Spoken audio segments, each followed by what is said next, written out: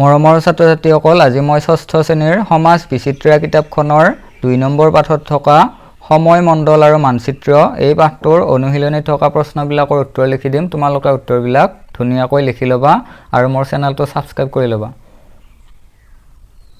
কিতাপখনৰ বেতুপাতটো মই দেখুৱাই দিছোঁ ইয়াতে, অৰ্থাৎ আৰম্ভণিৰ পাঠটো সমাজ বিচিত্ৰা স্বদেশ বিদেশৰ সমাজ পৰিচয় ৬ষ্ঠ শ্ৰেণীৰ বাবে সমাজ বিজ্ঞানৰ পাঠ্যপুথি। এই কিতাপখনৰ ২ নম্বৰ পাঠত থকা প্ৰশ্নবিলাকৰ উত্তৰ মই তোমালোকক এতিয়া লিখি দিম। এতিয়া অনুশীলনী ১ত থকা ১ নম্বৰৰ ক নম্বৰ প্ৰশ্নটো হ'ল দুটা সময় মণ্ডলৰ মাজৰ সময়ৰ ব্যৱধান কিমান? তোমালোকে ইয়াৰ পৰা একাদিক্ৰমে প্ৰশ্নবিলাকৰ উত্তৰবিলাক লিখি ল'বা। ১ নম্বৰৰ ক নম্বৰ, দুটা সময় মণ্ডলৰ মাজৰ সময়ৰ ব্যৱধান কিমান? উত্তৰ, দুটা সময় মণ্ডলৰ মাজৰ সময়ৰ ব্যৱধান ১ ঘণ্টা। এইবাৰ খ নম্বৰ প্ৰশ্নটো হ'ল পৃথিৱীখনক কেইটা সময় মণ্ডলত ভাগ কৰা হৈছে? এতিয়া উত্তৰটো হ'ব খ নম্বৰ উত্তৰ, পৃথিৱীখনক ২৪টা সময় মণ্ডলত ভাগ কৰা হৈছে। এইবাৰ ১ নম্বৰৰ গ নম্বৰ প্ৰশ্নটো হ'ল ভাৰতৰ মাজেৰে যোৱা কোনডাল দ্ৰাঘিমা ৰেখাৰ সময়ক দেশখনৰ মান সময় হিচাপে গণ্য কৰা হৈছে? এতিয়া উত্তৰটো হ'ল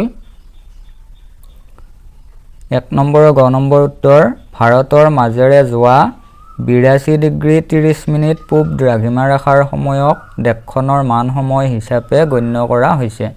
তোমালোকে মোৰ চেনেলটো ছাবস্ক্ৰাইব কৰি ল'বা আৰু ভিডিঅ'টো লাইক কৰি দিবা আৰু ভিডিঅ'টো তোমালোকৰ বন্ধু বান্ধৱীক শ্বেয়াৰ কৰি দিবা।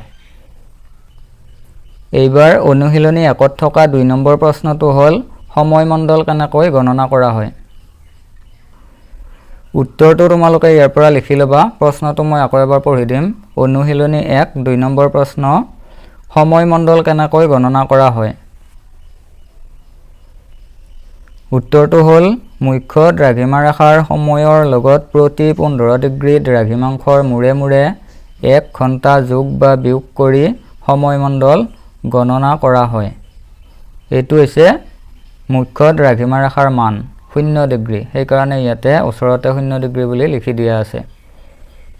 তোমালোকে মোৰ চেনেলটো ছাবস্ক্ৰাইব কৰি ল'বা আৰু ভিডিঅ'টোত লাইক কৰি দিবা। এইবাৰ তোমালোকে ২ নম্বৰ অনুশীলনীত থকা প্ৰশ্নবিলাকৰ উত্তৰবিলাক একাদিক্ৰমে লিখি ল'বা।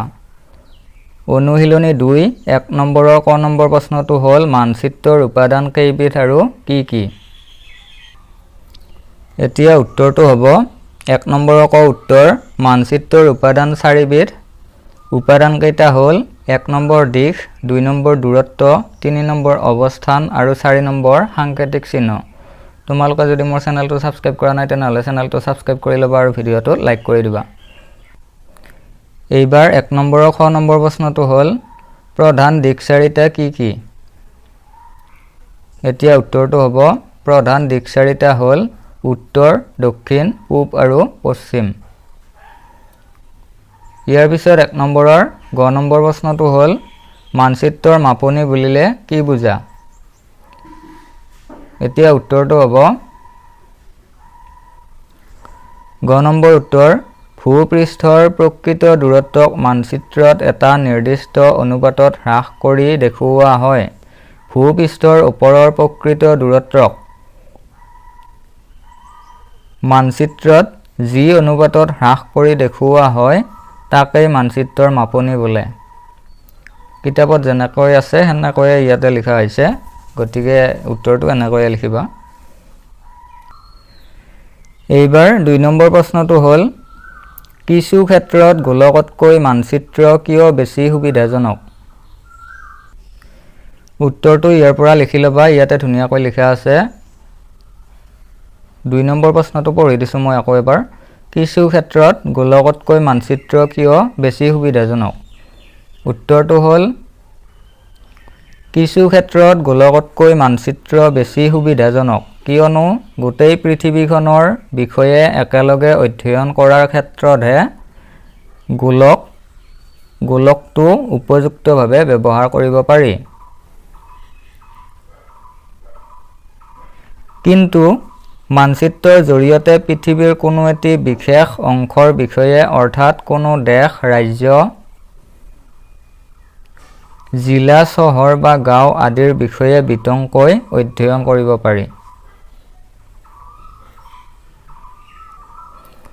এইবাৰ 3 নম্বৰ প্ৰশ্নটো হ'ল মানচিত্ৰ আৰু নক্সাৰ মাজত পাৰ্থক্য কি? এতিয়া উত্তৰটো হ'ব কাগজ বা তেনেকুৱা সমান পিঠিত স্কেল বা মাপনি অনুসৰি পৃথিৱীৰ উপৰিভাগ বা তাৰ কোনো অংশ অংকন কৰা চিত্ৰই হ'ল মানচিত্ৰ।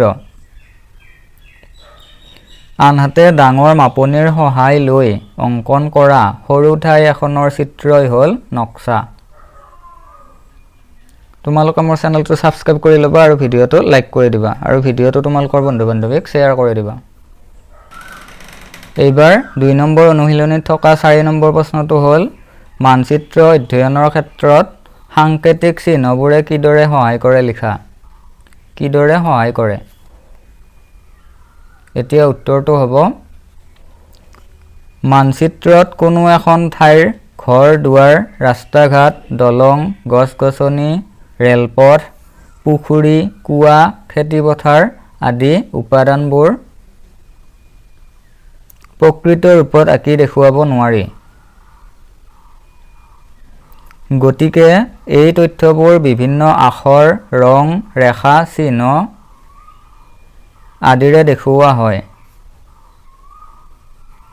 এই সাংকেতিক চিহ্নবোৰৰ জৰিয়তে এখন নিৰ্দিষ্ট ঠাইৰ বিভিন্ন ধৰণৰ তথ্য সম্পৰ্কে আমি জানিব পাৰোঁ।